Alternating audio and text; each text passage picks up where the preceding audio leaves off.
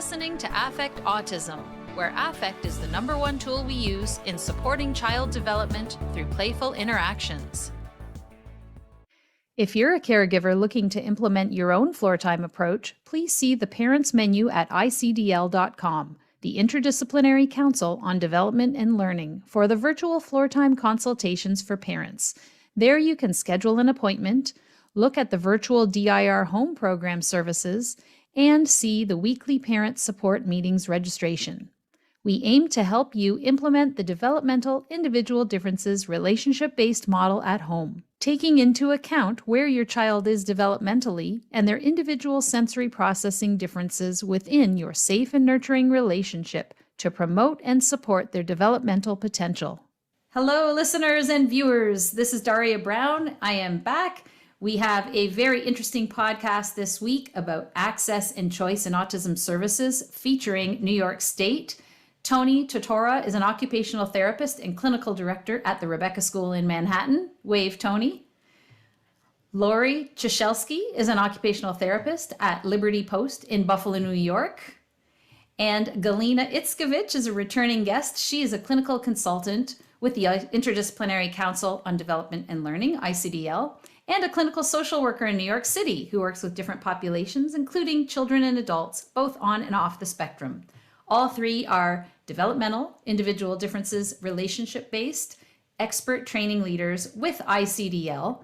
And today we're discussing the bill that they put forth to the New York State Legislature to have DIR floor time covered by insurance, which is an expansion of the current autism bill, which only covers applied behavior analysis, ABA services. And from there, hopefully will be expanded to private insurance companies that will follow the Medicaid guidelines. So welcome to all three of you. Thanks so much for having us. Thank you, Daria, for having us. I'd like to start with you, Tony. What is the process that this goes through? How did it come about? What is the goal? How did it come about? And what made you guys decide to do this? So this has been quite the adventure for all of us. All three of us have been on this since the beginning, and we started exactly 2 years ago, March 2020, and we had this grand idea that we were going to get our voices out there, have DIR floor time heard in the world of insurance to give parents, self-advocates, families more access and different approaches to treatment, to therapies. But then the pandemic hit, right? So we had to put a pause and hit the brakes and recalibrate and figure out what it is exactly that we wanted to do. And we refocused about 18 months ago and met as a coalition. There's, I think, 8 of us on the coalition, and we meet monthly. And every month we sit on Zoom together and we start off with conversations of how are we going to do this? What's the best way to do it? Should we develop this? Should we develop that? We do have some great floor time experts in California who have done some bill writing in the past. We also thank Jeff Gunzel, who's done this in New Jersey. So with everybody's support, we came together to the best way we figured out to do it was to amend a bill that was already there. Instead of writing a new one, there is an autism bill. So we took the autism bill in New York and we expanded it to include DIR floor time. We did that probably about a year ago, and we put that bill forward, and it's been since then getting momentum, right? We needed to have legislation, we needed to have a legislator, an assembly person join us, then Senate support and Senate sponsorship, which we now have both. And our bill's out there and being read by people in Congress to decide if this is something that they'll pass. So we're hoping to keep building momentum and keep getting people, not just politicians, but everyday people on board who can raise awareness and raise support in their different jurisdictions to then have their assembly people and their senators join and say, yes, yes, yes. So that's our goal. It's working so far, and we're hoping that it keeps going. And Lori, what is it going to take? Like, is there a vote on it and then it's passed or not? What is the process? Yeah, so it has been a fun ride, like Tony mentioned. So we are learning as we go about this process. There's a fun little song for how the U.S. legislature works. There's not a such song for the New York State. So we're like, how does this work in New York State again? So we're learning as we go. So right now our bill is in committee. It's in the insurance committee, but we need a lot more support. So we're all in our own right, talking to the people that we know, sending out lots of emails to everybody we can get our hands on, putting things on social media, because the more volume there is to a senator's office, to an assembly member's office, the more they have to pay attention. If they get one letter to their office for Bill 8548, which is the assembly bill, and I'll say, that's nice. This person in Buffalo, in this district, in my district, wants this. And frankly, that assembly member or that senator is probably not even going to see it. Their staff is. So, but if they get lots and lots and lots and hundreds and even thousands of letters regarding this bill, that staff person will say, hey, Senator so-and-so, you may want to take a look at this because it seems like a big deal because half of our constituents care about this. So that's really where we are now, is getting more and more word out to as many groups as possible. So we've reached out to our own personal groups. So the agency that I work for, Liberty Post, I've sent that statewide because we're a statewide agency. I know Tony has shared it with her colleagues. Galena all has shared it with hers. We've all shared it with ours, and then our professional groups as well. So the New York State Occupational Therapy Association has confirmed this bill, so we're hoping to get them on board. So it's really as much volume as we can get is what we're looking for, because we really want more kids and more families to have more choice. So before I get to Galena to describe, what does this bill mean, what can people do that are listening to this podcast? Do they have to be in New York State? And then if yes or no, what do they need to do to help? So ideally they'll be in New York State, more volume even from outside of New York State, because if you have loved ones in New York State, I think that holds a little weight. The people who are voting for the people who are currently in office hold the most power, really. So if you're in New York State, we have a nice Facebook page set up that has a Dropbox and all of the documents that are associated with it. So it's the New York State DIR Coalition is the name of the page of our group on Facebook. And there you can find all the documents. So you can see the bill itself, the summary, just like a memo summary that Senator Avenatti's office put together. Assemblymember Avenatti. I always mix up the house that they're in. And also a sample letter. And in that sample letter, there's a link for people to go to find their assembly member, to find their senator. Because again, this was all new to us. I'm like, I don't even know who my assembly member is. But it's got us all a lot more engaged in the political process, which has been exciting. So people will go to the page, they'll see the sample letter, they'll put in theirs, and they just send it. And they can send it. So they can email it. Also, if they're able to, if they have the means to print and also snail mail it with stamping, the old-fashioned way, to send it also to the legislature's office as well. I don't know why in today's green age, but I think that the paper also holds a little bit more weight than an email. But I also recognize not everybody has the luxury of having a printer at their home or extra money to, throw a few stamps on a few letters. So, but those are all the how-tos. And ideally, we want people to kind of bring their personal self to it. Like, why is it important for you to have this bill passed in New York State? Are you a parent? Are you a professional? Are you a self-advocate? Are you just somebody who cares about families having a choice and having equity in the state of New York for services and support services for their children with autism? So that's the how-tos. So Tony, what if people don't have Facebook like me? Is there another way to access this information? Yes, so we do have a website. It is on the ICDL website. We have a link. It So that's another way. We also have a change.org that Galena has developed with all information on there. So those are two ways that you can definitely get the information from us. We also have an email address. I could share that as well. I'll pull it up. And I'm going to put all of this information in the blog post at affectautism.com. Just search access and choice in New York State, and it'll come up. And people can link to all of these different sources. So that'll be great. If you want to say the email for people that might be listening on audio. Yes. So the email is DCNY, D as in dog, C as in cat, NY, like New York, at ICDL.com. So DCNY at symbol ICDL.com. For Interdisciplinary Council on Development and Learning, ICDL.com. Yes.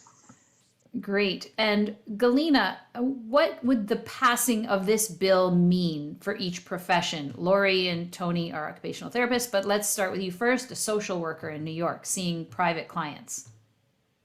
Well, there are not many social workers who practice DIR floor time these days, and I think it's the lack of information. Floor time has been kind of invisible to many professionals, mental health professionals who are practicing, but they all know about ABA because ABA is right there. The insurance company offers you an opportunity to learn how to become an ABA provider. And when let's talk money. When the individual provider signs up with the insurance company, gets on a panel, they are offered this wonderful choice to see their client many times a week, to work with their client in a very different model, very, very intense work. So they go, gee, let me try to learn how to do that.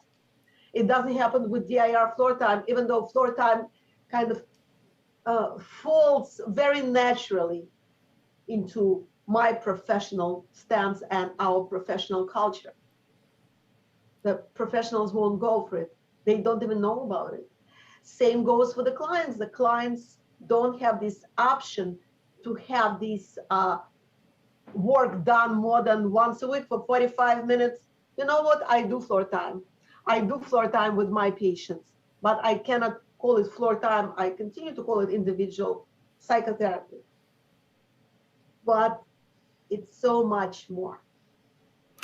And for listeners that might be new to what DIR floor time is, DIR floor time training is giving you information that you can use in whatever profession you are already licensed in. So when Galena says she's not calling it DIR floor time because she is doing individualized psychotherapy, but it is in a DIR way. It is with a floor time lens. It is understanding where the client is developmentally, understanding their individual differences and sensory processing profiles and family, cultural experiences, all of those things that fall under individual differences that are unique to that person, and focusing on the relationship and creating a safe relationship and safe space to work on what they are what she's providing support with.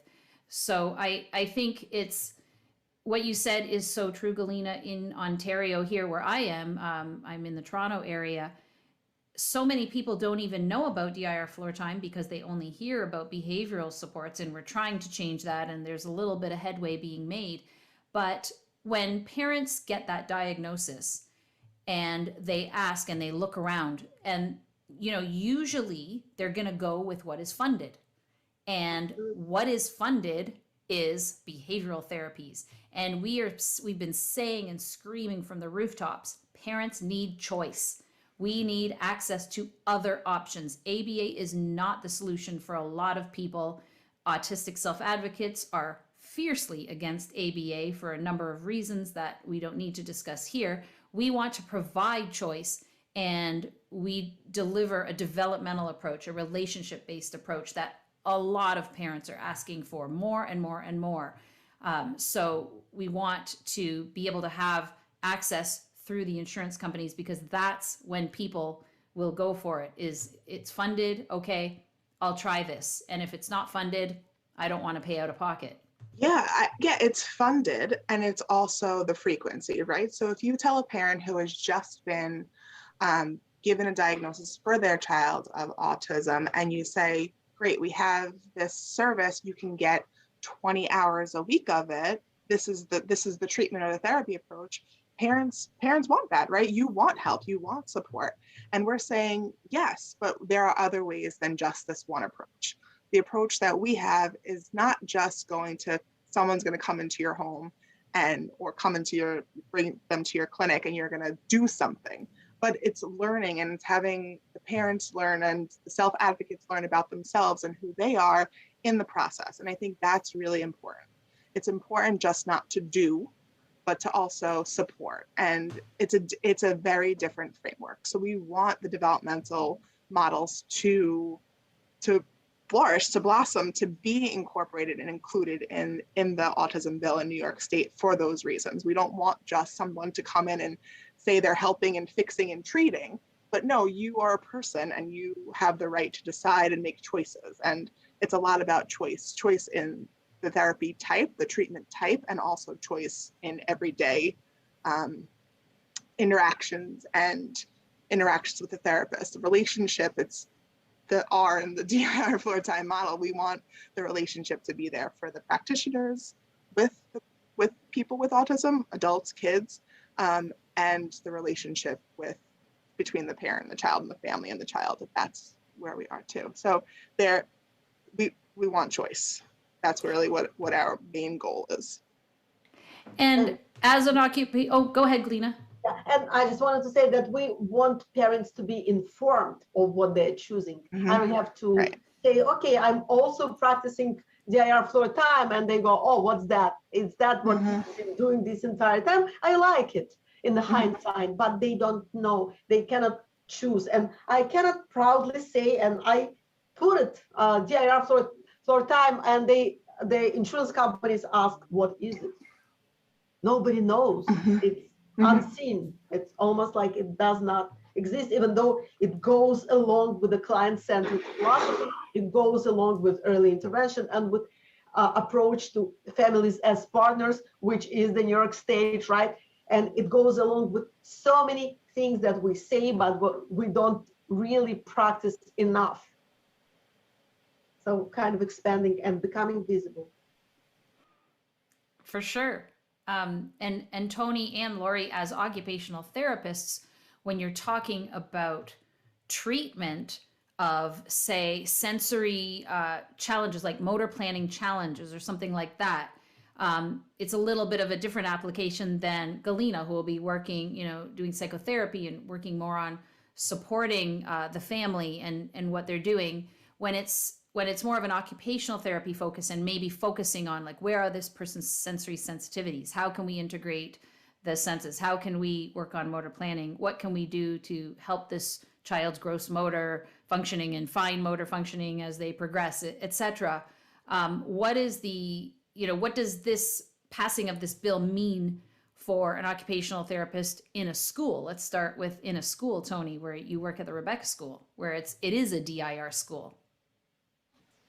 Yeah, I'm very fortunate to work at Rebecca School. So we are 100% DIR. Every person that works there gets DIR for time training, and it's a very unique place. And it's really about expanding beyond that, right? I think when you think about it's in addition to OT. So our kids get OT at Rebecca School. Our kids get occupational therapy services based on an IEP in New York State. And this is in addition to that. This is not necessarily that OT would be taken away or done by somebody else. It's rather, here's your OT and your clinical lens that you're coming in from, and we're going to support the knowledge and learning of all the players that this child may encounter. So the parents, the speech therapist, the PT, the grandparents. It's kind of who else can we get on board and can we support? And Tony threw out the word IEP. I just want to specify, in case people didn't know, individual education plan, that kids who need extra supports will come into the school system and they'll have an individual education plan. And Lori, you're not in a school setting, you're in public services. How does this bill affect what you do? Yeah, so a couple ways. In some ways, it's not going to affect me directly immediately. Right now, if a child that I see for OT is, they're just going to get DIR because that's the lens that I provide my OT services through. There are some situations where a family might know that they want DIR floor time services, and they can seek me out in some respects. Officially, they can't choose. You can't choose anybody but your evaluator or your service coordinator for early intervention in New York State. But if you don't agree with a different type of treatment, you can say, I don't want this. So if a family doesn't want ABA, for instance, then the pool is more limited. So they'll probably end up with me or another OT that provides DIR floor time.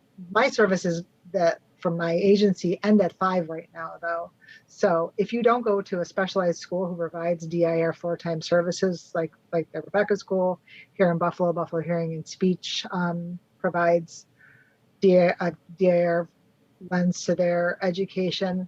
If you go to a Buffalo Public School, for instance, that is not what you're going to get. And so if you want this type of approach and support for your child, or a self-advocate, an older child maybe wants this type of services and they want DIR floor time, they're not going to get it in the public school setting. So they can access services after school and after school programs. And then just, again, having more choice. If that's all you have all day is, having to fit in this probably a neurotypical box all day, being at a typical public school setting, we can offer more opportunities beyond that school setting for private pay or insurance paid services through DIR floor time. And that can include certainly occupational therapy services, but as you know, because it's an interdisciplinary model, that can go beyond that as well. So more support for the kids to have more success and more happiness and quality of life. This is an extra added bonus. And there are certainly a lot of DIR trained practitioners in the state of New York, maybe a lot more so than in other states, but a lot of them have to rely on clients who pay out of pocket. So I think that's where the whole access piece comes in, where we want to expand services to anybody who wants it, just not those who can afford it. Yes. Yeah, 100%. In the last couple of years, it all kind of coincided, and I'm sure I'm not the only one who's kind of done a lot of self-examination and learning more about my role in racism over the last couple of years too. And so listening a lot more to Black autistic people, listening to Black autistic parents, hearing a lot like, well, that's all well and good. If you don't like ABA, don't tell me that you don't like ABA and ABA is bad if you're not going to give me another choice. And so this is another choice. And I want to be part of the solution, certainly not part of the problem. And that's a lot of the clientele in Buffalo. We are a poor city. Yeah, and it happens often, right? That you meet a family or a kid or an adult, and you're like, oh, you would do so well, right? Like you would do so well with floor time, but then you're mentioning something that you can't actually back up, right? Because you're mentioning something that you can't get funded for, and you can't expect families to pay for this out of pocket. So we do our best to do OT, and Rebecca School is founded on a principle of not just going to your school district local school. We take students from all 5 boroughs, bust in from anywhere, Long Island, Westchester, you can get there, we'll take you. And we support the families in that due process of paying for the school. But that's still 150 kids out of all of New York. That's not a lot at all. So we really, back in 2020, before things changed, we really sat down and were like, how do we get this to more people? How do we figure out to make this more accessible, to have families learn the language, to speak it?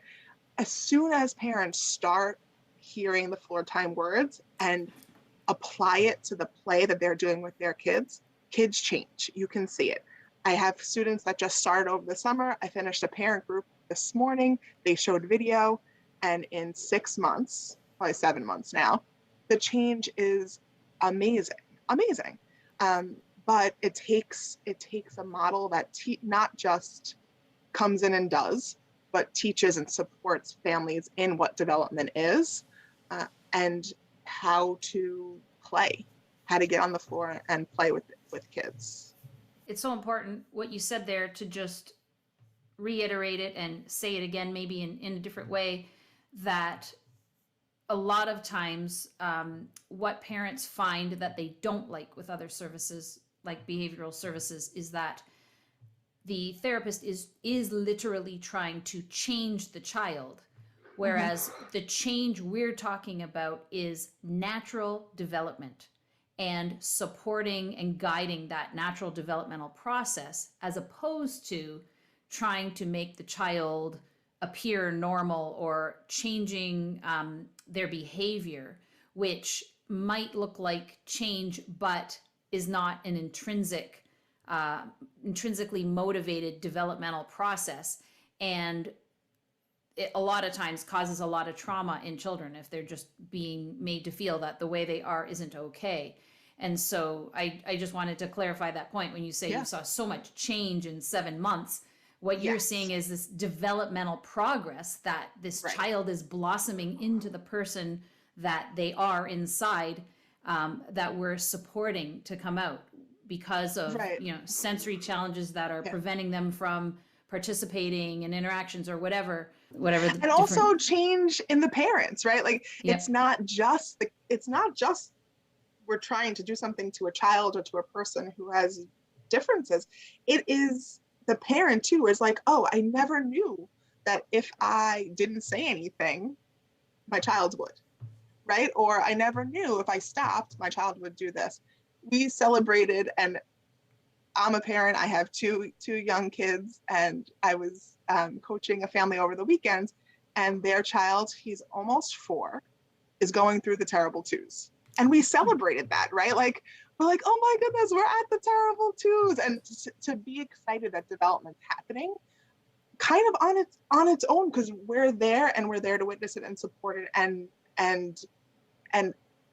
help families say, I'm not changing this. I'm not stopping the terrible twos. We're here now. And how do we play through this? And how do we do that? So yeah, it's the reason why we started this process, and we're hoping that it continues. What's the right wording, Lori and Galina? The time frame till June is called something in the government. Go ahead. The legislative session. The legislative session, it ends in June. So we have from now until June, the end of June-ish, or the end of May-ish, to get this through. To get those voices heard. So it is a time-sensitive thing. If it happens between now and June. If it doesn't happen now, it will have to wait for another year. Right. And somebody who would be 2 this year would turn 3 next year. And we are losing this very important, developmental window. We won't be able to do this work that can be done for this kid. So it's important that parents sign, that parents share their success stories, that parents make their voices heard. Yeah, and I mean, it, like, just back to what Tony said for a minute about the terrible twos, a lot of parents will be looking at these charts and saying, oh, at age 3, my child should be doing this, this, and this. At age 4, my child should be doing this, this, and this. They're not. I need to make them do this, forgetting that the foundation isn't there yet. And that's what DIR is working on, building that foundation and helping that developmental process along, which in a lot of kids on the spectrum is delayed. I think my son went through the terrible twos at age 5 or 6. It was a lot later. And so just seeing these different things happen, I remember getting drilled about my son at one of the intakes. Does he point when he wants to show you something? Does he look at you to check in? Does he do this? Does he do this? No, no, no, no, no, no, no. And it was literally 4 years later, he was pointing at something and showing me. And I was like, oh, that's what they were asking about way back then. And now it's happening. So it's a wonderful thing to when you get a choice of approaches, and instead of someone telling you this is wrong with your kid, this is wrong with your kid, this is what we have to do, instead DIR floor time was just so welcoming to me, and I've embraced it fully for 9 years now, to see, okay, my child's whole future is before him and it's wide open and the sky is the limit, and let's just help him along at his own pace. And I think so many parents are craving that, but just don't know it's available.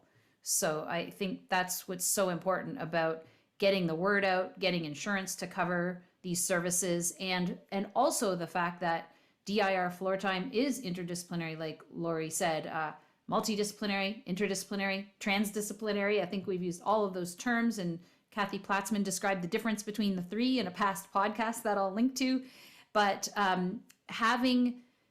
knowing that your child can be part of a team where everybody on the team is working through a DIR floor time lens. So the occupational therapist, the OT, the speech language pathologist, the SLP, if you have physical therapy, the physical therapist, the educators in the school, social workers, psychologists, counselors, all of the different people that are a part of your child's team can speak this same DIR language and understand this developmental approach. So I think having that choice is so, so important, especially when the school system is so hard on kids so much of the time. And it's holistic and wholesome at the same time. And Right. as somebody who's teaching new DIR professionals, I attest that there are so many people from different professions who come in, who live with a very different spectrum of knowledge, very different understanding of what's happening. An OT will live with the understanding of the family dynamic, and a social worker will live with the understanding of sensory issues, and it really helps us function. It does not mean that we cross into a different discipline. It means that we are acutely aware of other issues. We have our eyes open for other issues. Also, we learn to respect natural environments, and we learn to respect what the families are made of, different families, and how the families will meet this particular kid. So I think it's very important. And that it's a family approach. So a lot of times there's siblings in the family, and sometimes more than one sibling has diagnosis, whether it's autism or something else. And DIR works with families and empowers the parents. And I have a couple of podcasts on floor time with groups that I did with Christy Gozy. So there's just DIR covers that whole spectrum of issues that families face when they get that diagnosis that maybe one type of therapy that's out there doesn't address, and parents still feel lost. What we're saying here is coming from a place of, we have families, kids, self-advocates, adults who deserve the right to choose. And right now there's not a choice in New York. So here is our bill in New York State that we have amended, 8548, like Lori said before. It was put into assembly on December 13th, introduced by Abenati's office, he's in Queens, and then sponsored by a senator in Westchester. So this is what the bill states, and please take a look at it.